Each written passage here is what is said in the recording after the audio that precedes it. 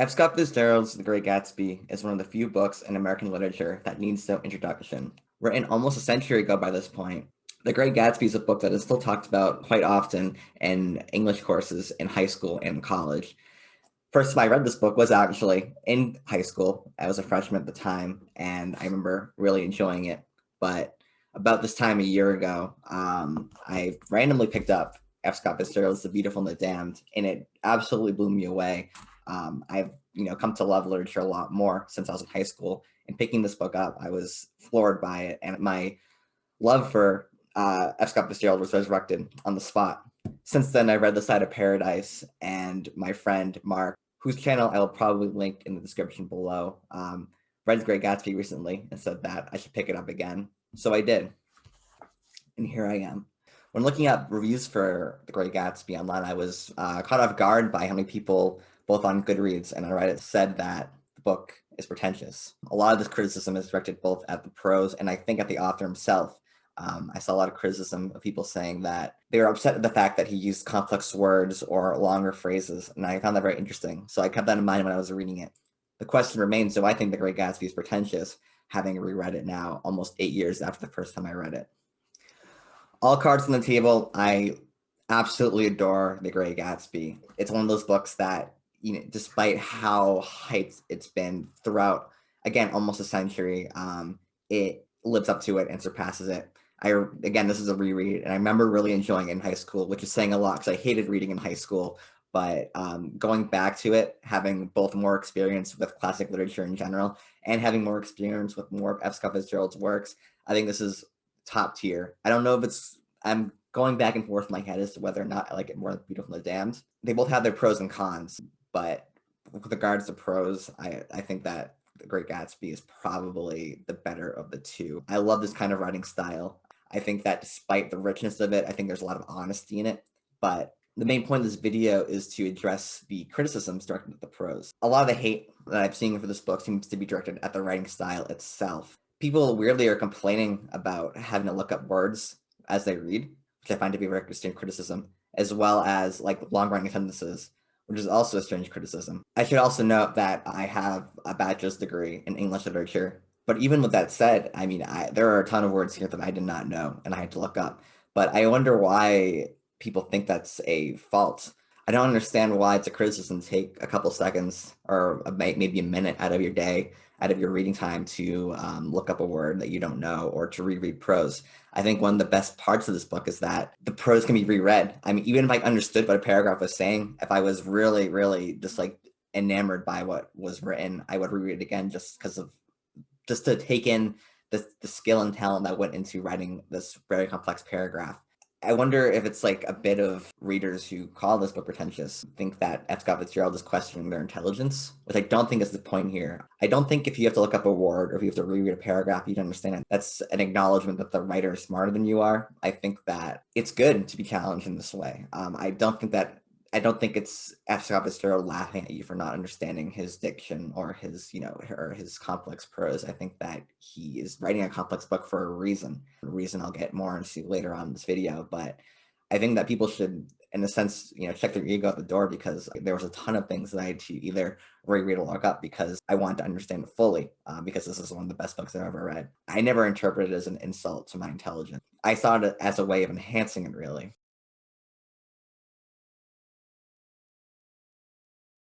But to get more into the criticism itself of pretentiousness, I want to explore what pretentiousness means in the first place. From what I understand, calling a book pretentious in itself is admitting that the work or the author behind the work has created something complex. When a reader relates to a complex story or is sucked into the complex writing style, the work itself will often be elevated over its more generic counterparts and is labeled as artistic or brave.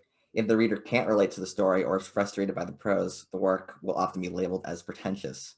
Personally, I don't think that Fitzgerald's decision to use challenging words or sumptuous prose is indicative of pretentiousness in itself. Rather, if the reader gets upset whenever he or she has to look up a word on their phone, I'd recommend that they do not interpret this as the author teasing them or bragging that he is smarter than they are. It raises an interesting question of what is good writing, and obviously that's subjective. I think that a lot of people who maybe criticized this book for having more complex writing. I would view good prose as something that gets the point across as clearly as possible. I would think that someone who would consider The Great Gatsby's writing style pretentious or, or gratuitous, maybe, would prefer a writing style that's more direct, not in a condescending way, just preference of style, like Ernest Hemingway with very clear prose. And again, another great author. In many ways, very similar to F. Scott Fitzgerald, both in with regards to the time period they grew up in, but in writing style, very, very different, which is very interesting. We passed a barrier of dark trees and then the facade of 59th Street. A block of delicate pale light beamed down into the park.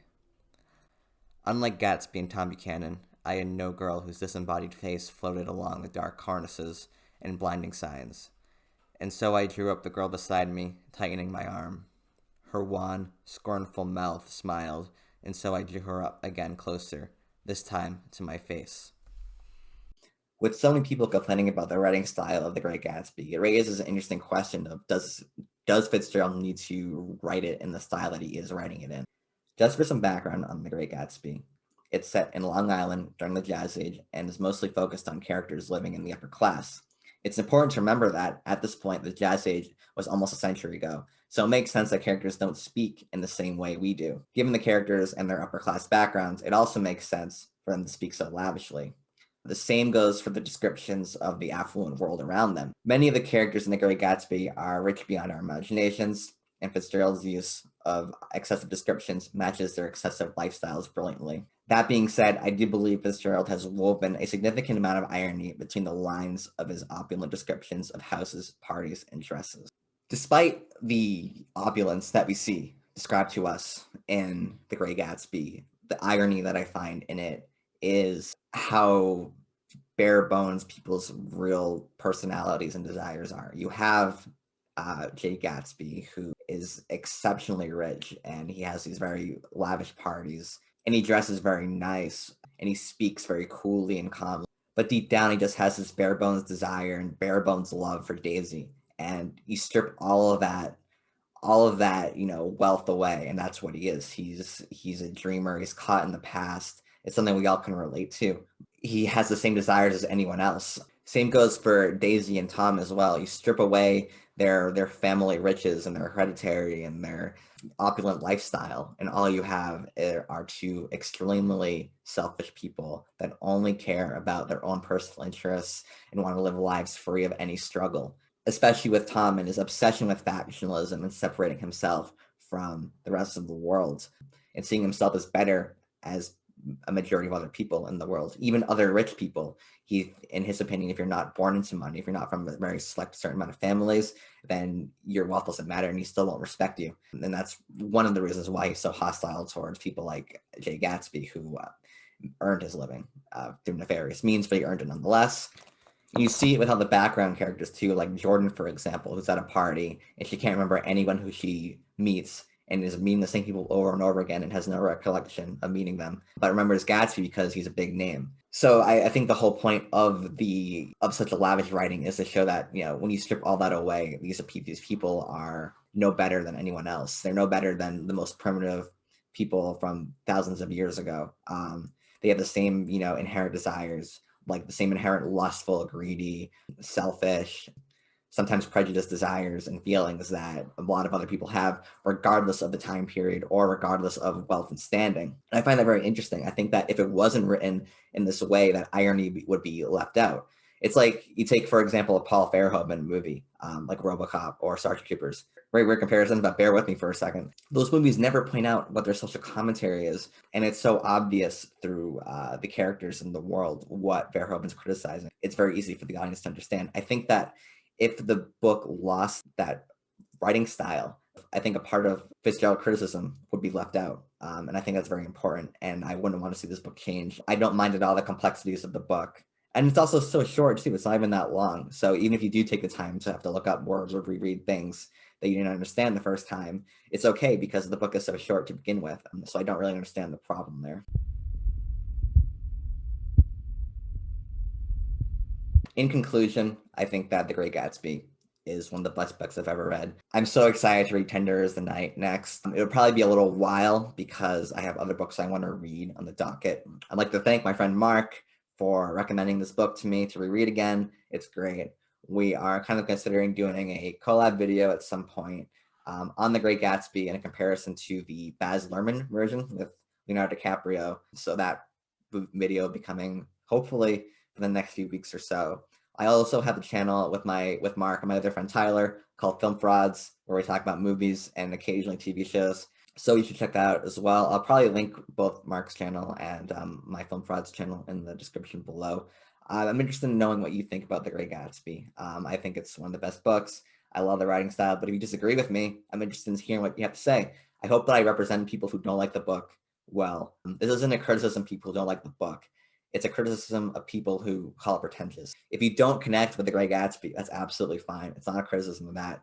I don't love every single classic literature book that's ever come out. I do have somewhat of a gripe with the criticism of the prose itself because I'm a sucker for it. I think it's great. So yes, I'm rambling at this point. Check out my other video on Julius Caesar's Civil War and check out my friends' channels in the descriptions below, and more videos will be coming soon. Let me know what you think about the video styles. I'm going to eventually figure out how to record video on my phone, so I don't have to look at Zoom call recordings. But that's time. That's a challenge for another day. So thank you for watching, and like, comment, subscribe, and all that good stuff. Thank you. Bye.